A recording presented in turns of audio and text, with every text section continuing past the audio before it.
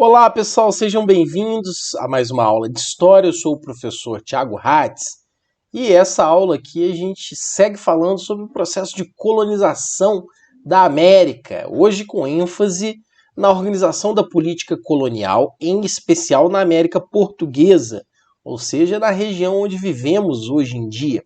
Vamos entender um pouquinho melhor, então, como é que os portugueses resolveram construir este processo de organização. Eu fiz aqui no nosso quadro branco um pouquinho aqui, bem básico, de algumas características para que a gente possa se organizar na nossa conversa aqui, certo? Vamos lembrar então que o processo de colonização, a gente falou sobre colonização espanhola, colonização inglesa, né? Falamos um pouco sobre qual era o modelo que os espanhóis adotaram, o modelo que os ingleses adotaram. A gente falou um pouco sobre a busca que os ingleses tinham de construir aqui na América uma nova sociedade, enquanto portugueses e espanhóis estavam mais preocupados com um modelo de retirada de riquezas, então que a gente pode chamar de um modelo de exploração. Mas vamos entender de forma mais profunda, então, como é que se deu essas estruturas de exploração. Algumas coisas a gente não pode perder de vista, né?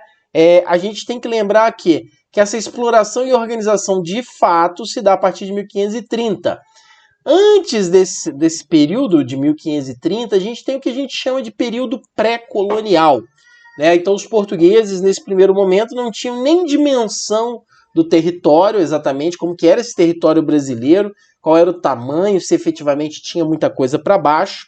E eles vão fazer o quê? Eles vão, durante um bom tempo, ficar ali reticentes, explorando de forma mais precária, né? Recursos como o pau-brasil, a gente já falou sobre isso. E só a partir de 1530, diante a ameaça de outras nações, né, de se apropriarem do território, que eles vão resolver, então, proteger esse território, organizar a sua exploração com duas formas. A forma econômica e social, que são as capitanias hereditárias, certo? E a forma política, que é o governo geral. A gente vai entender, então, como é que é isso. As capitanias hereditárias, especificamente, constituem uma solução que o governo de Portugal entendeu como a melhor solução para explorar um território muito grande. Eu vou abrir o nosso material didático aqui, porque eu acho que ele tem umas imagens que podem nos ajudar aqui, tá? Depois a gente vai falar sobre o governo geral. Vou ampliar aqui que vocês conseguem acompanhar comigo, né? Então aqui eu tenho um mapa de época, né? Um documento de época de 1574, ou seja, alguns anos depois da formação das capitanias. Mas o que a gente precisa considerar aqui, ó, é que aqui nós temos essa linha que é o Tratado de Tordesilhas, aquele acordo entre Portugal e Espanha, né? E aqui então a gente tem basicamente um mundo ali que os portugueses conheciam, né, na nossa parcela do continente.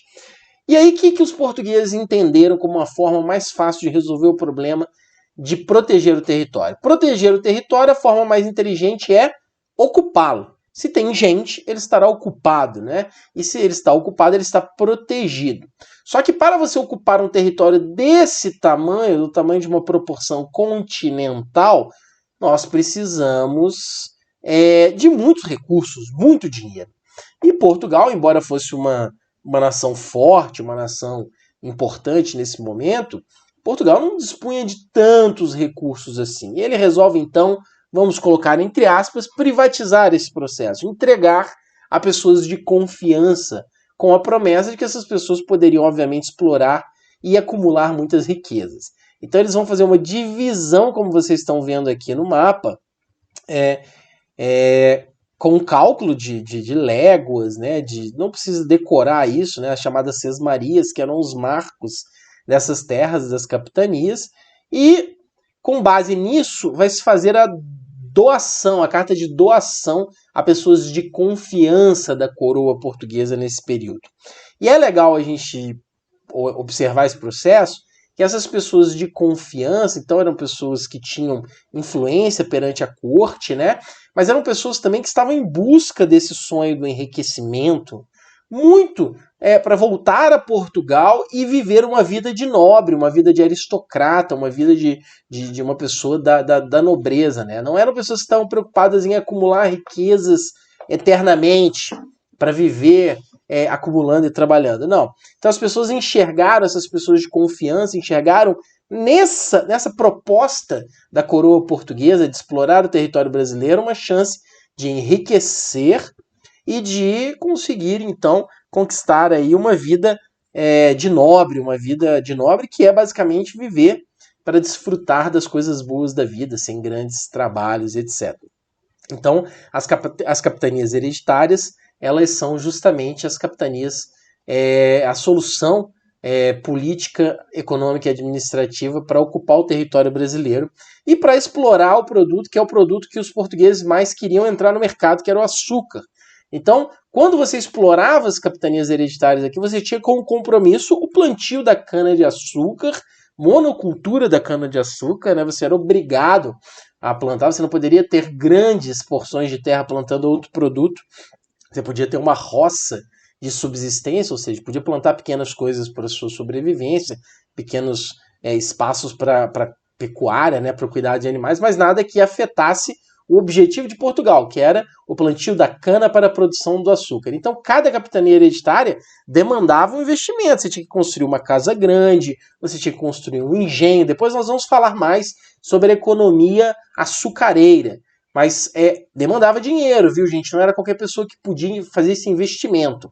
Então, por isso que Portugal passou isso para pessoas de muita confiança. Então aí as capitanias hereditárias. A nossa sociedade ela já nasce com esse acúmulo, né? Essa concentração de terra na mão de famílias poderosas. Isso é uma coisa que está desde o início aqui do nosso processo de colonização, tá?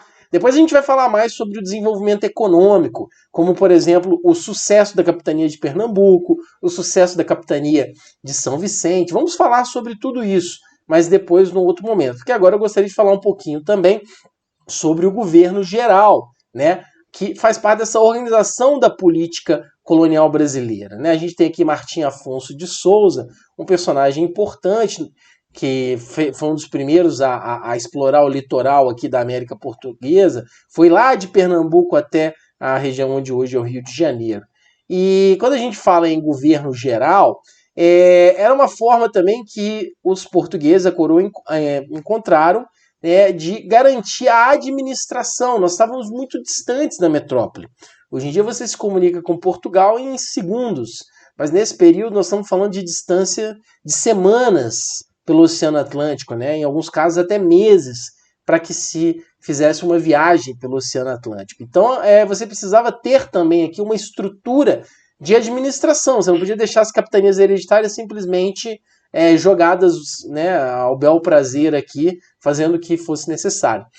Então, os portugueses em 1548, como está aqui no nosso material, eles vão fazer o quê? Eles vão criar o governo geral para centralizar a administração colonial lá na capitania da Baía de Todos os Santos, onde hoje é a Bahia, obviamente, a cidade de Salvador, e vai ser o instrumento administrativo.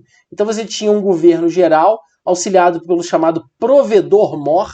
Lembre de provedor, né? Aquele que provê, ou seja, aquele que cuida do dinheiro, então ele cobrava os impostos, né? A gente tinha o capitão-mor, que era o responsável pela vigilância do litoral, e o ouvidor-mor, aquele que ouve, aquele que escuta, né? Entende as reclamações, as demandas, os problemas, então ele cuidava da questão da justiça. Tomé Souza foi o primeiro governador-geral da colônia, não é